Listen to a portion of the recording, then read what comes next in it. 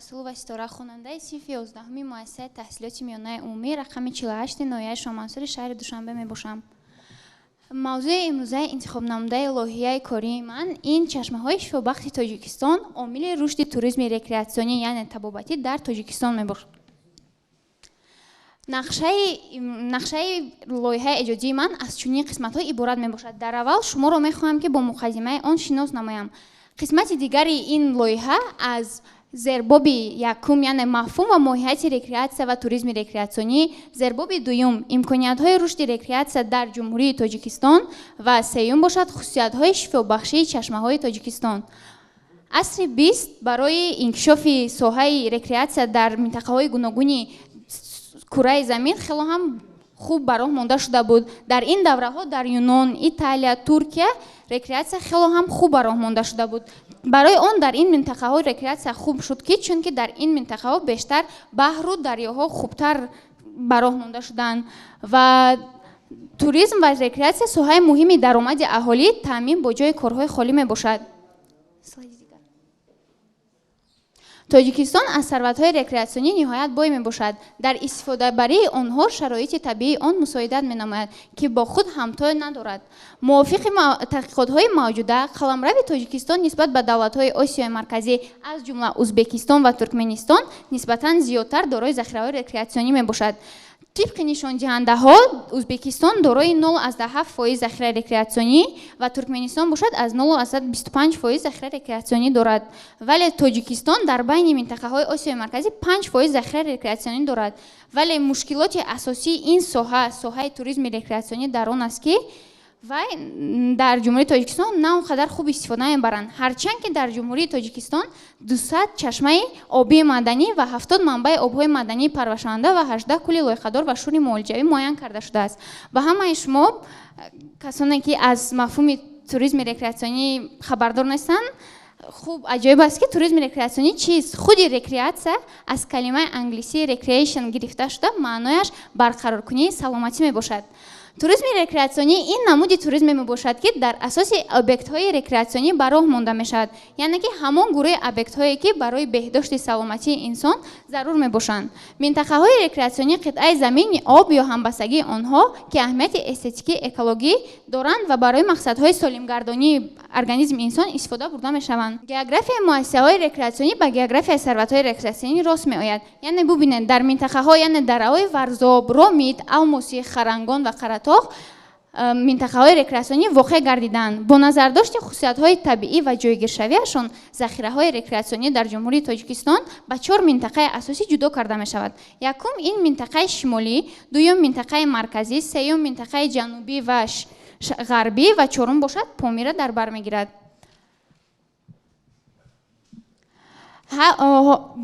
در جمهوری تاجیکستان اساس رشد رکریاتسیا را بیش از همه این منطقه وادی حصار تشکیل می‌دهد. در منطقه وادی حصار یکی از ناحیه‌های معمولی آن این ناحیه منطقه رشت به شمار می‌رود. در منطقه رشت 30 منبع آب‌های معدنی و 3 چشمه آب سولفوردار موجود است. از این مقدار تنها یک تای آن استفاده برده می‌شود و من پیشنهاد کردنیم که ببینید که مقدار آنها به 33 تا میرسند ولی یک تای استفاده برده می‌شود و در نزد آن نیز درمانگاه یعنی آسایشگاه آبی گرم نیز ساخته شده است.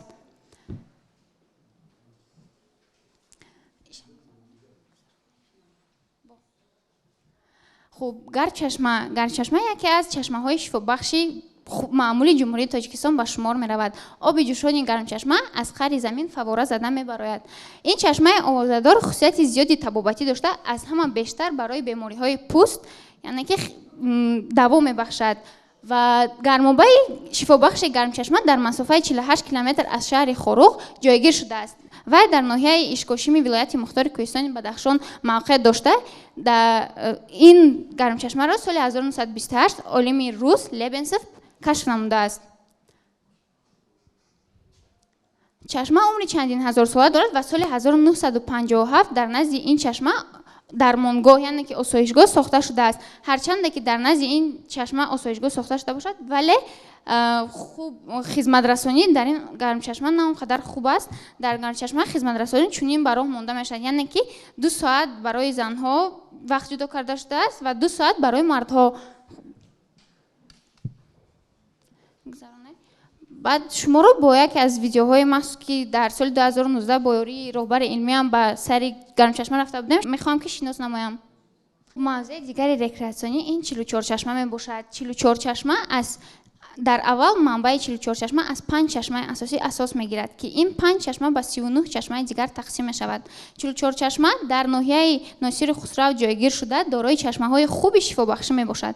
یکی از چشمه های آن یعنی 13 چشمه 44 چشمه برای رشد رکریاسیون در جمهوری تاجیکستان خدمت می رسانند و با خود نام‌های مخصوص را دارند. ببینید یکی از نام‌های این چشمه استخوان درد به حساب می رود، یعنی که محض برای استخوان درمانی استفاده برده می شود.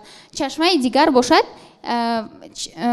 چشمه خنک زدگان و مرگزیدگان به شمار می رود و چنانه که از نام این چشمه معلوم می باشد برای بیمارانی که مرگزیدن و آنها شمال خوردن این چشمه خوب خدمت می رساند.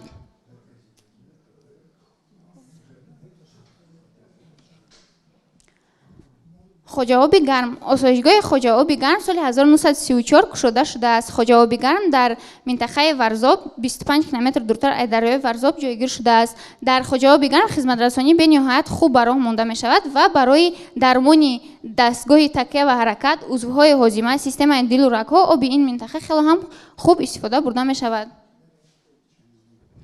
خدمت رسانی در درمانگاه خواجه آبی گرم آسایشگاه شاهنبری نیز در منطقه رشت جایگیر شده است و در نزدیکی قطارکوی حصار جایگیر شده است. شاهنبری برای بیماری های راه معده روده، التهاب گرده، راههای پیشابگذر دوام می‌بخشد. خصوصا از همه خصوصیت فرق کننده آب شاهنبری در آن است که برای بیماری های بغمدر یعنی روماتیسم آبش خیلی هم دوابخش است. شاهنبری در سالهای 2018-2021 که سالهای رشد سیاحی و دهات پیشنهاد گردیده بود از نوباسازی گردیده خیلی هم خدمت رسانی به درجه عالی رسانده شد و خوب مقصد اساسی من از پیشنهاد این کاری لایحه‌ای هم در آن می باشد که من میخواهم که خدمت رسانی ها در دیگر چشمه ها نیز خوب به راه مانده شوند. ببینید که 200 چشمه تنها از این 200 چشمه مقدار کمی آنها استفاده برده می شود. اگر که ما خوبتر از ذخیره های رکریاسیونی استفاده بریم هم به اجتماعیات و هم به اقتصادیات کشور و این چنین به تبابت یعنی سلامتی انسان میتوانیم که خیلی استفاده بریم. تشکر زیاد. تشکر. معین کردن ظرفیتی شما نوشید امکانیتی رکریاسیونی دولت ترکمنستان، ازبکستان، تاجیکستان شما چی معین کردید؟ طبق نشان دهنده ها از شبکه‌های اینترنتی دسترس نمودیم و معین نمودیم که تاجیکستان دارد اقتداری که تمام دیگر نمودی ساحه ها رو یعنی که تمام دیگر سیاحان رو به خود جلب نماید در بین آسیای مرکزی. رقمی 5%، 0.5% چه خیلی همین کردید؟ از جای افتید؟ از شبکه اینترنتی. خیلی شما قبول کردید؟ بسیار خوب. بسیار خوب. خب تشکر. این نامبر کنید که کدامش مینرالی است، کدامش ترمالی است. شما گفتید آبی گرم و چون اون اصلا چشمه های شفا بخش مینرالی، معدنی و گرم یا که ترمالی هست. با چشمه های ترمالی مثال گرم چشمه داخلش نمیتونند، خواجه آبی گرم داخلش نمیتونند، ولی چشمه های مینرالی باشند شاهنبری، یوروز، آبی گرم، هواتاق داخل می شود. تشکر.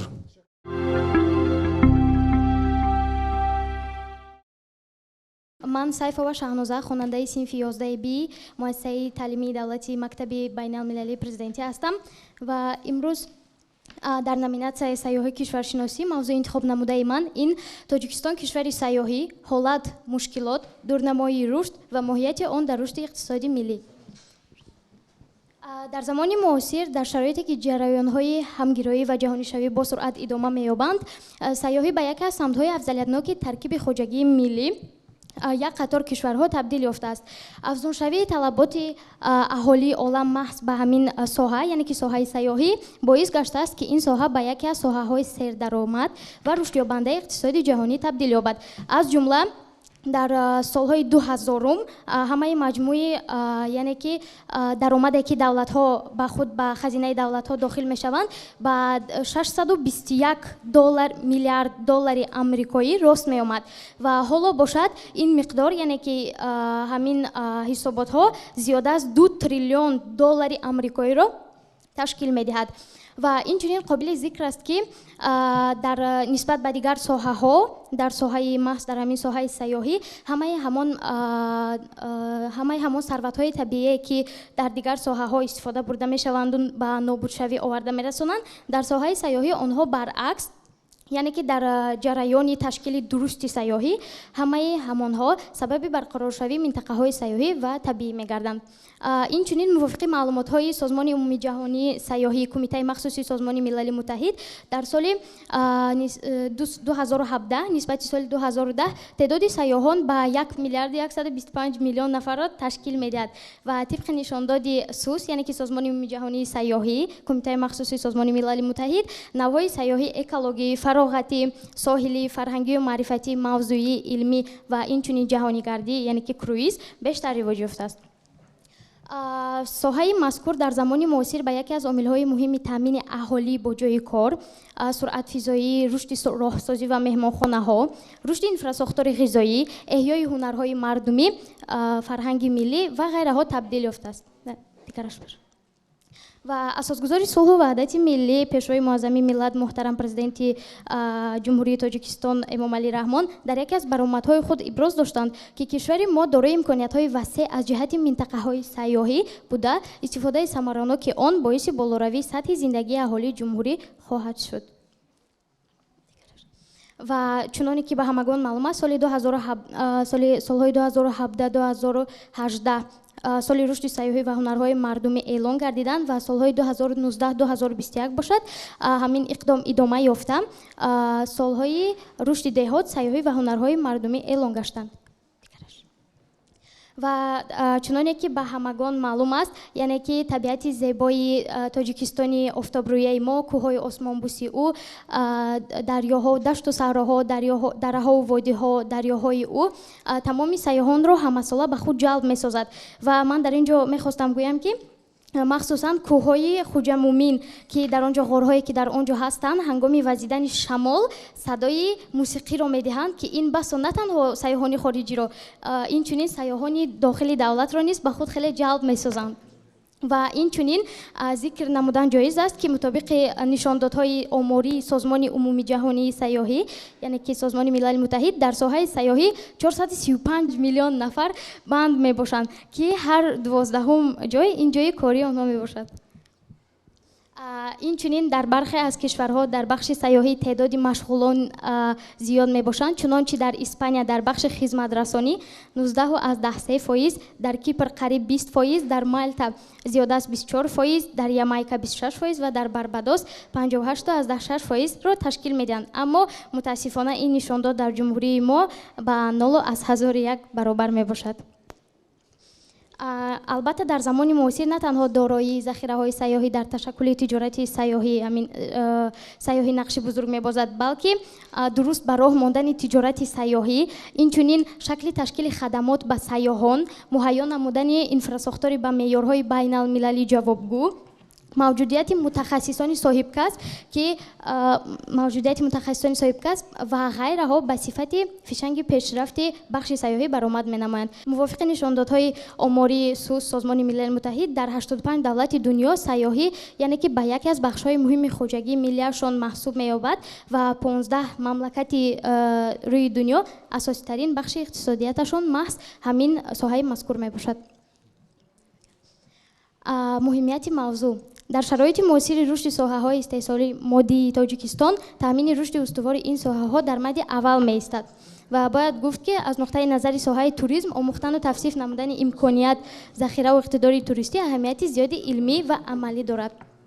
мақсад ва вазифаи асосии лоиҳаи илмии ман омӯзиш ва таҳлили шароит, омилҳои ташаккулёбӣ ва проблемаҳои ташкили ҳудудии туризм ва рекреатсия, инчунин муайян кардани самтҳои тараққиёти ояндаи он дар қаламрави Тоҷикистон мебошад. дар айни замон дар тамом минтақаҳои ҷумҳурӣ 185 иншитоати фаъолияти туристӣ ки аз ҷумла 9 муассисаи санаторию истироҳатӣ, 51 меҳмонхонаву тарабхонаҳо, 125 пойгоҳи туристӣ мавҷуд аст, вале қисми зиёди инфраструктураи мавҷуда ба талаботи туризми замонавӣ, яъне ки ба стандартҳои байналмилалӣ ҷавобгӯ нестанд. Ва инчунин то имрӯз захираҳои туристии кишвар аз нигоҳи илмӣ пурра тадқиқ нагардида баҳои дуруст дода нашуданд. Дороиҳои иқтидории бузурги туристию рекреатсионӣ ва мақсаднок истифода бурдани онҳо метавонад туризмро ба яке аз соҳаҳои афзалиятноки иқтисоди миллӣ табдил диҳад.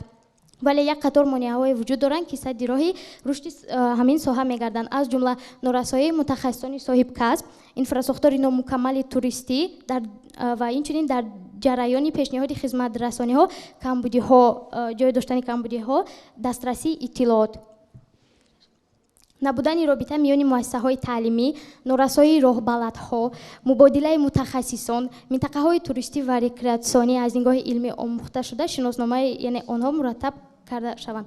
ҷиҳати вобаста ба мавҷуд будани сарватҳои табиӣ, таърихӣ дар минтақаҳои алоҳидаи ҷумҳурӣ мавҷуд буда хатсайрҳо тартиб дода шаванд ки айни ҳол онҳо вуҷуд доранд, аммо дар шумораи кам ва мукаммал нестанд онҳо, яъне ки пурра. ва инчунин лозим аст барои ташаккули комплексҳои миллии туристӣ сармоягузори давлатӣ ба роҳ монда шавад. Инчунин аз ҳамон осоишгоҳҳое ки ҳастанд дар ҷумҳурии мо дида мешаванд, аз ҳамаи онҳо як комплекси калони амин то ин ки барои стандартҳои байналмилалӣ ҷавобгӯ ҳастад ташкил ёбад. ва гуфтан ҷоиз аст ки рушди сайёҳӣ боиси ташаккулёбӣ ва афзоиши ҳаҷми ММД, пайдоиши ҷойҳои нави корӣ ва таъмини шуғл, чуноне ки дар боло қайд кардем, фаъолгардии тавозуни беруни савдоӣ, рушди инфраструктураи нақлиётӣ, рушди инфраструктураи ғизоӣ, рушди бахшҳои хизматрасонии иттилоотӣ ва ғайраҳо мешаванд. Этнографӣ, яъне ки чун миллати тоҷик ҳамчун яке аз кӯҳантарин миллати Осиёи марказӣ аст, урфу одат, расму оин, дин, анъана, ҷашну маросимҳои хосаеро дорост ки дар пешрафти туризми мардумшиносӣ омилҳои зикргардида яъне ки такон мебахшанд. ва инчунин дороии қуллаҳои сарбафалаккашида, замингузори туризми кӯҳнавардӣ ва шаклҳои гуногуни туризми экстремалӣ, яъне ки парапланериализм, сноуборд, альпинизм, рафтинг маҳсуб меёбад. боғи миллии тоҷик ки соли 1990 ташкил ёфта аст ва масоҳати он 2,6 миллион гектарро ташкил медиҳад. 18% вилояти мухтори кӯҳистони Бадахшонро, 18% ҷумҳурии Аммонро ташкил медиҳад ва 60% вилояти мухтори кӯҳистони Бадахшонро ташкил медиҳад. ва олами ҳайвоноти нодир, гиёҳҳои шифобахш ва муҳити солими экологӣ ва манзараҳои нотакрор ба рушди экотуризм, яъне ки такони ҷиддӣ мерасонанд. дар асоси тадқиқотҳо як қатор пешниҳодҳои илмӣ оварда мешавад, яъне ки қабули лоиҳаҳои гуногуни махсуси илмӣ оид ба бурдани корҳои илмӣ тадқиқотӣ дар ҳудудҳои доираи захираҳои сайёҳии рекреатсионӣ ва инчунин ташкили равзанаи ягонаи иттилоотӣ дар шаҳрҳои бузурги Тоҷикистон, бунёди нуфуз ва имиҷи ҷумҳурии Тоҷикистон дар миқёси байналхалқӣ чун кишвари ҷолиби сайёҳӣ, тариқи намояндаҳои дипломатии муқими давлатҳои гуногун, таъмини комили амнияти сайёҳон ва инчунин бо мақсади рушди сайёҳии миллӣ ташкили барномаҳои махсус ки мутобиқи он тамоми муассисаҳо, алалхусус муассисаҳои таълимӣ ҳамасола ба сайёҳии дохилӣ фаро гирифта шаванд, яъне ки ҳамон талабаҳо ва ҳамон хонандагоне ки дар муассисаҳо таҳсил мекунанд, ҳамасола онҳоро ба сайру гашт, яъне ки ба ҳамон тур гӯем ки онҳоро равона созем. тарҳрезии барномаҳо оид ба ташаккули сайёҳии деҳот, агросайёҳӣ ки боиси пешрафти иқтисодии маҳал мегардад ва ғайраҳо.